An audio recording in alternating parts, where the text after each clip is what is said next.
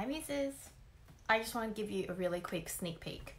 I'm in the middle of painting, but I'm about to come out of that zone, flow zone, where I'm just like, don't know what's happening, and I'm just focused on colors and stuff. And I wanted to practice sharing with you behind the scenes, the story behind it. And really, I was talking about this inside my free group, Mindful Muses, about talking about the story behind your work, about your art, and as a way of selling, and not selling as in like forcing someone or pushing someone or pressuring people in any way to like buy my stuff, but using selling as service. Selling is service, and part of my job in terms of serving my collectors and the people who love my art is to help them appreciate and deepen their connection with my work. And that means sharing the stories behind it, sharing my process, sometimes sharing my thinking behind a thing, so that it gives them a different, well, not different, another layer to really fully appreciate the work. So my mom is going to be really upset about how messy everything is, and if that's the message for you today, it's to really just embrace the mess. It doesn't mean that things can't be created, even though things are like everywhere and some stuff is in the air, and for sure I could probably clean up and do all that kind of stuff, but I know that once I do that, all my energy is going to be going into that, and then I'd rather be painting. So just don't tell my mum. Here you go. That's my laptop. Yeah, so awkward. All right, this is aquaboard. It's like a panel. It's not quite paper. While my usual spirals, my watercolors, is like a paper, beautiful. Let me just do this because it's way easier. Beautiful kind of rich cotton paper. This is one that's been finished. I really love this paper, and the reason I love this paper, and I found this paper and I love it because it's really thick, it absorbs the color a certain way. And this is what I want to say, especially for you if you're an artist and you're starting and you don't know what your style is and all that kind of stuff. Part of style, I have an offering. I'm working on a product and a masterclass and a course. Really, it's a combination of all those things to help you find your body of work. And definitely join my Mindful Muses group or my email list, and you'll get first dibs and hear all about that kind of stuff when I launch it. But part of really finding a style is really learning what your preference is. That comes with, I'm just like clearing out food from my mouth. That comes from experience, that comes from practice, that comes from daring to experiment with things and working out what works for you or not work for you. And by working for you, I mean you like it, you enjoy it, it does what you want it to do, it helps you say where you want it to say in the way that you want the art to come out, right? And I think you can tell the difference between someone who's just starting and emerging, and they're just allowing the material to kind of work with them, which is totally cool. They're finding their style, they're playing with materials, they're just kind of going with the flow, and that's a really great thing to have and to keep going. But as you mature in your creative practice, you start being the captain of the ship, and you start steering in a certain way. You start experimenting and going with the flow of the painting, but still with an end result in mind. Anyway, could go on forever about that. I might do a training about that inside Mindful Muses. Definitely join the free group. You'll find the link in the header of my page. Otherwise, just DM me and I will let you know. So this is usually the paper stuff. The story of the spirals is that I had a baby. I had a second baby. And I remember from my first time round with my first baby, who's now 6 years old, how hard it was to get back into painting. And I really lost myself, and I had to readjust my perspective and identity of who I was. And for me and for my work and being a personal brand and being an artist, my identity and the way I see myself really affects the way I see my work and my art and how I create. And I really kind of lost myself along the way. Really long story.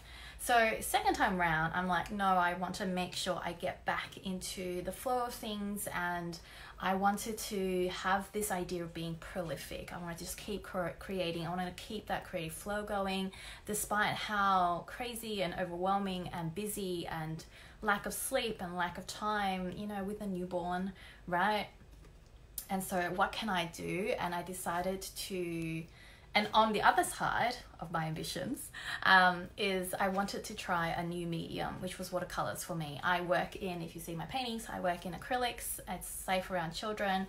It's also messy and it requires a bigger space. And while watercolors, it requires a smaller space, which is why you can see it and I can do it on my desk, my messy, messy desk. Although it's not, I wouldn't say it's an easier medium. It's a lot less forgiving.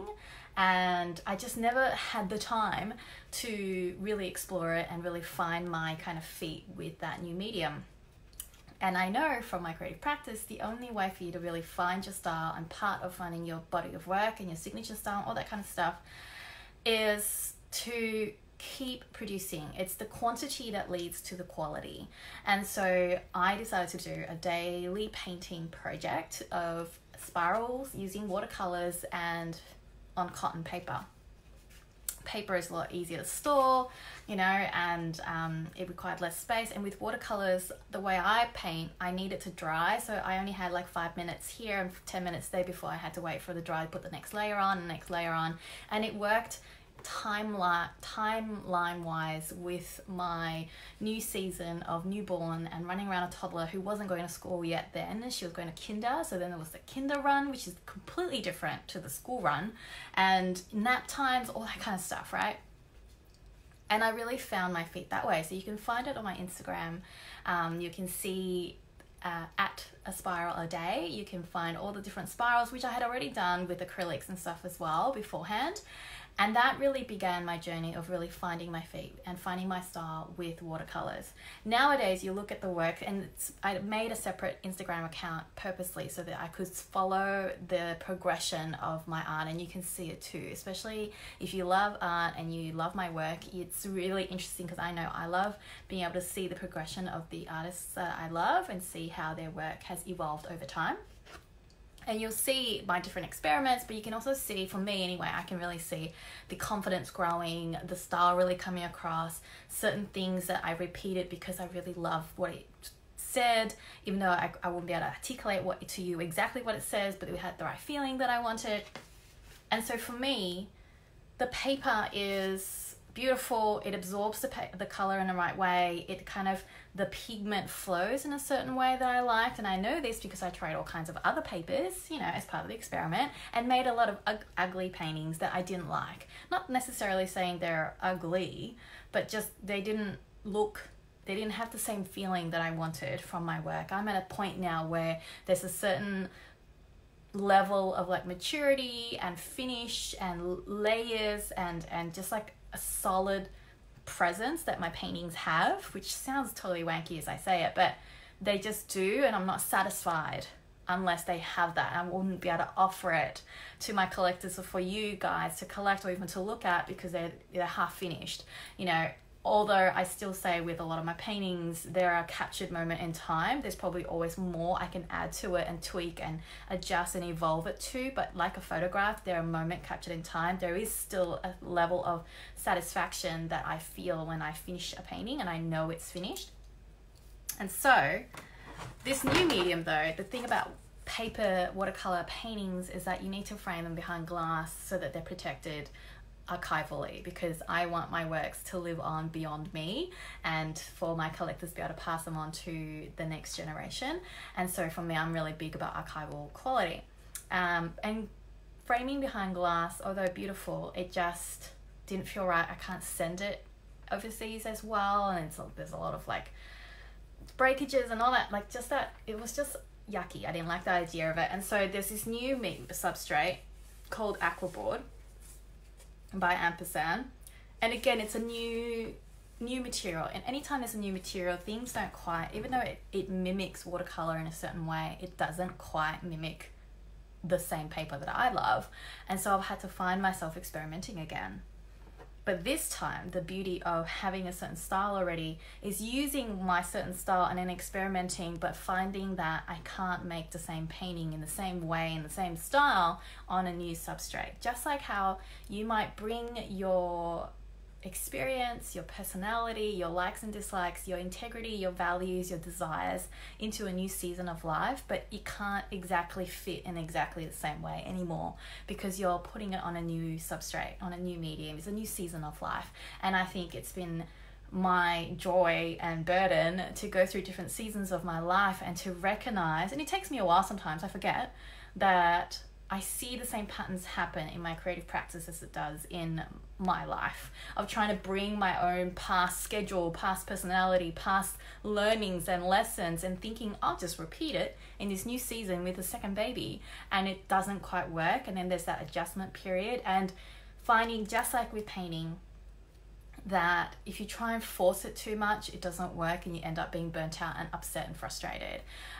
It's to allow a certain level of flexibility and adjustment, and just laughing along the way at the failures, because it happens as you work it out, and just really taking note of the little details. Oh, it kind of flows this way really well, and I really like this whole new thing that I never liked in the original way I used to do it, but now it kind of looks different in this new season, new substrate, new medium, and just playing in that way. And so that's the story and random lesson I want to offer to you in terms of the watercolors. And with my watercolor paintings, you'll see, oh, just dropped one. Let me pick that up. Is that they're a lot less, you see, if you look at that versus this, right? They're a bit different. Because they're watercolors, watercolor as a medium is really good about light, and it's bringing that light through the white paper, which I really love, and which is why I do love watercolors for its own reason. I love my paintings as well because they say so much more in a much different way, and they hold a lot more depth than I could create with the watercolors right now with my skill set. But also because I love that they tell a separate story, but at the same time, they are still expanding on my body of work, which is, my work has always been about chaos and structure, and you can see that with my paintings where it's very much chaotic. There's colors everywhere, there's detail, there's tiny intricate marks and symbols, and lots of layers, because I want you to be able to explore and visually feel like you're entering kind of depth, so it feels like digging through memories and personalities and seasons and all that kind of stuff, like in dreams. But at the same time, I have this kind of shape, this motif, which is what I call the spiral. For some people it looks like a flower, for some people it's like a seed, some people are telling me it looks like an ovary. You know, they're usually scientists, some people think it's jellyfish, but for me, just from an aesthetic designer composition point of view, it was, I had been looking when I was first finding my feet in my creative practice into painting. I wanted to have something that I could hold on to, because all the stuff that I was just putting on canvas felt like a bunch of chaos, you know, because I was a newbie artist. I was exploring marks, I was exploring color, I was exploring the medium. I was just like putting random stuff everywhere, but I really loved that sense of chaos. But I knew I needed an anchor. I needed something to hold on to, something visually to like hold on to and to bring the whole thing together so that there was intentionality. It wasn't just like a paint diarrhea that kind of like splattered everywhere on the canvas, even though sometimes that's literally what I'm doing with the paint. I wanted this sense of intentionality and consciousness and mindfulness and composition. Just like life can feel chaotic and crazy and overwhelming, and you know, everything's random, everything's everywhere, and you feel like you're swimming and drowning in an ocean of stuff that you don't even know, change, doubt, fear, as well as happy things. And so we're always looking for those anchors. And for some people it's their family, some people it's their productivity and their willpower, some people it's your values, it's your spirituality, your creativity, it's your desires and your goals, whatever it is. And I know that we all hold on to it and we find our ways through it. And so the spiral became a visual anchor for my paintings. That way they serve as something that you can rest your eyes on. So visually it's pleasing, which as a designer, as a past designer in my past life, I'm a graphic designer as well, is that, which is why my branding is always on point, and you can always ask me about branding, is when you look at it, it's visually pleasing in a way. Like I aim for beautiful paintings still, Like, even though I do this, I do want it to be beautiful, but there's deeper meaning there, because for me, I don't want to make paintings that are just beautiful. I want them to have a much deeper meaning. And so for my collectors, they see those spirals, you know, the way it reflects their heart and their values and their memories and their personalities. And it serves as either a window to like the past, so deeper layers underneath, it kind of draws you in. And sometimes, even though they serve as visual anchors amongst the chaos, sometimes they look like they're the source. Like you can see here, just in this section, even though that's not the whole painting, and even though it's kind of backwards, they are the source of the chaos. It's the marks and the colors and the random splatters of paint is like emanating from that place. And so this idea and this tension of whether or not the spiral is an anchor or the source of the chaos, right? And so I really love that tension and that dance, because I feel like it reflects our life, it reflects our personalities, it reflects our memories and the way we live and be and choose to rise up and evolve, you know, in that dance with our higher self and our shallow desires and our human needs of fears and resistance and all that kind of stuff. This is the stuff I talk about all the time in my Mindful Muses and in my mentoring and all my videos that you can see on my page, as well as really just reflected in paint on my canvases in my paintings. And so this is turning out much longer than I expected, but like, which reminds me, I need to share this to my Mindful Muses group. So if you are interested in these conversations around creativity and really living a creative life and really connecting to your love of creative work, artwork, being creative, seeing beauty around you, and knowing that your creativity and being consciously connected to your muse is a way to have an anchor and a vehicle to live a life of joyful purpose, and definitely join me inside my Mindful Muses group. You'll find the links on my page. Let me just share this video inside my group so I can let them know to watch this.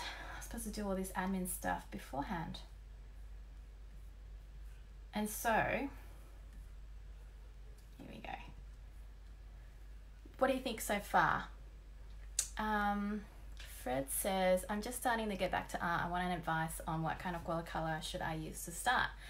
If you're just starting, I personally believe that if you're really like at the very beginning, just go to your art shop and just get like a cheaper student quality little set. You don't need a lot.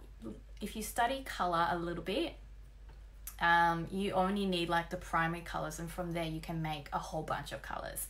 So in that sense, there's two schools of thought. You could buy a little set of student quality ones and really just play with that, and that's what I always recommend when you're really just starting. You don't even know how to use a brush, you don't even know your colors, you don't even know what you like, you don't even know how the ink flows, the paint flows. So I would just buy a little set of student quality ones and just play with a whole bunch of like cheaper paper, so that, you know, it fits budgets and things, and just experiment and try. Look up YouTube videos. You can check out my videos that I have on my Instagram, all that kind of stuff.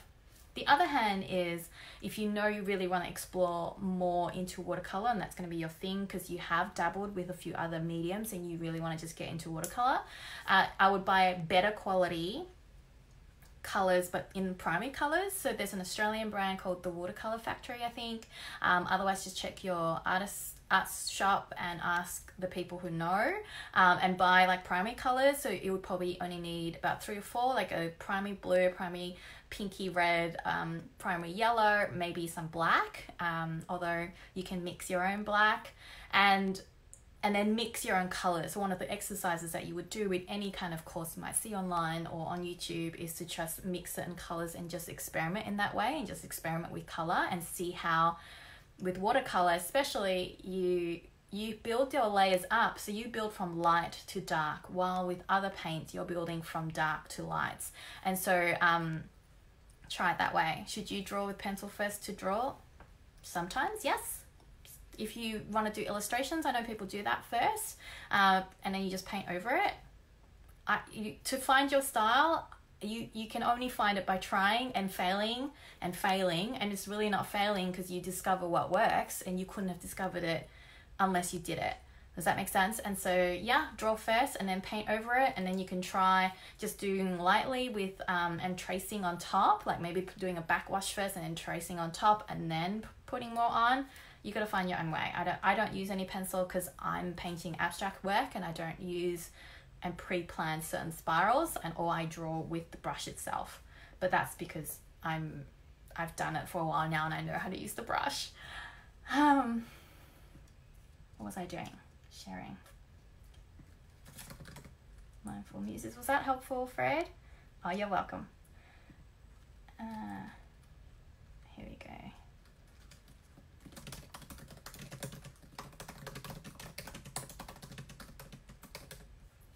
Come join. All right, so then that's why I started using Aquaboard. So this is not cheap. This is quality stuff. It's from the US. It's a US brand. It flows differently. And I love that with my watercolors, with my spirals, they don't quite have as much depth as my paintings do, but they're lighter and they're brighter, and they're really focused on the spiral as a central motif. Like they're the kind of like hero of the story, and it's really just a much lighter, brighter play of shapes with the leaves, which is really just brushstrokes from the brush. But I really love how they could be leaves, they could be feathers, they could also just be indicators of a flow of movement, whether it's like water or wind. But for me, it's like emotion and energy. And so that's where, and the kind of ideas that I have around my spiral watercolor paintings. And I can see now how these watercolor painting series, this body of work, then really led to my current newest body of work, which you might, do I have any at the back right now? This whole mess of them. There's one down there. I was varnishing. Can you see that? Of Soul Seed, my Soul Seed series that I am working on. And so, which is acrylics again, and it's just very much asking the question of what's happening with the spirals and really zooming in. If I was to zoom in into that spiral, let's say, I was just asking myself that question, like what was happening in there, what's happening with that. And so that's where that new series is coming out. It's going to be coming out soon. If you join my insider list, let me put that in here. Join my insider list so that you can, where is the link? So that you can get on my email list, get first dibs, first peeks when I release the actual thing. I'm working on getting photography done and all the admin stuff of professionally selling your work. And I want to drop, there's about 8 soul seeds in there, and they're almost done. They've all been varnished. I'm just waiting for them to be picked up for photography. But I can see how, if you look at my work, you go to my Instagram and you check out my watercolors and my spirals, and how they kind of, because they've been focused on this spiral as the kind of central hero of the piece, it led to the soul seeds. And so you can kind of see the progression of all of them, even though at the same time they're an expansion of my body of work. Anyway, I went on way longer than I thought I was going to go. This was meant to be just a sneak peek idea of what's happening on my studio table. I'm just, because of this strange, bizarre time we're in, I'm just like getting back to my anchors. And I've always found comfort, especially during that time of change with a second newborn and everything, of just having 5-10 minutes in the morning amongst the crazy morning rush, right?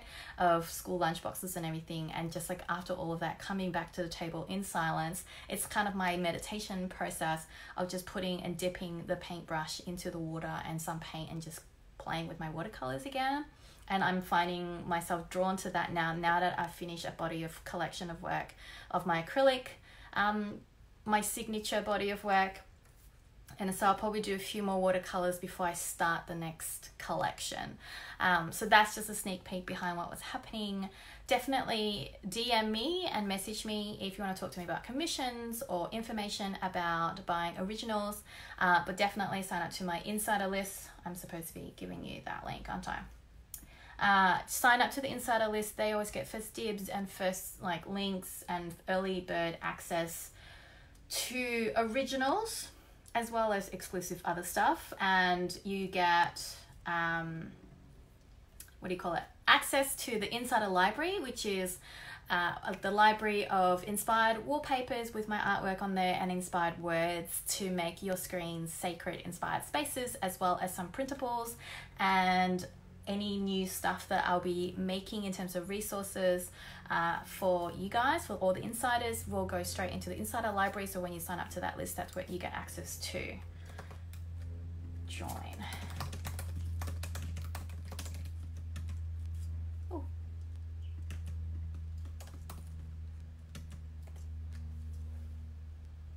All right, let's see. Can I pin that post? It'll be in the pinned post. Pin post, join the insider list. I hope that's been inspiring and insightful, and a good idea to see kind of like my kind of thinking, a really quick synopsis of kind of the story behind my work and the spirals, but especially the watercolors. And for my muses inside Mindful Muses, if you're watching this or watching the replay, I hope that they gave you an insight in terms of how I tell the story behind my work, why I hope as you were listening to it that it gave you a deeper appreciation of my art, and that you appreciate the paintings more, and how this is an example, a really ad hoc, spur of the moment, impromptu kind of example of sharing a story behind my work. I know for some of you, especially new creatives who are looking to sell your work and just like freaking out about that, it takes practice to be able to know the story behind it. I've done a lot of journaling, I've done a lot of thinking, I've done a lot of writing to really connect to the story behind my work. I mean, I work in abstracts because the things I want to say cannot be articulated in words, which is why they're articulated in paint and color. But at the same time, I know that making the effort to think of the words and explain the story as best as I can allows my collectors to be able to connect deeper to the paintings as well when they bring it home, and it gives them words to articulate why they resonate with it as well. And it's always beautiful to be able to see the perspective of the artist when you see a beautiful painting that you love, or a piece of artwork, whatever that may be. So anyway, I've got to go finish off some painting, do some other work. If you want more conversations around all this stuff, or to access some trainings on conscious connection to your creativity and living a joyful, purposeful life in connection with your muse, definitely join my Mindful Muses free group. It's a free group. All the trainings is in there. Right now we're talking about selling your art, and really like the thinking and the mistakes that people make that I see all the time with creatives in there. And there's other trainings in there about creativity and living a creative life. And DM me about originals and paintings and all that kind of stuff on my page, definitely. That is all. Thank you for being here. I would love to know what resonated with you, what was an aha, and I will see you guys soon. Bye.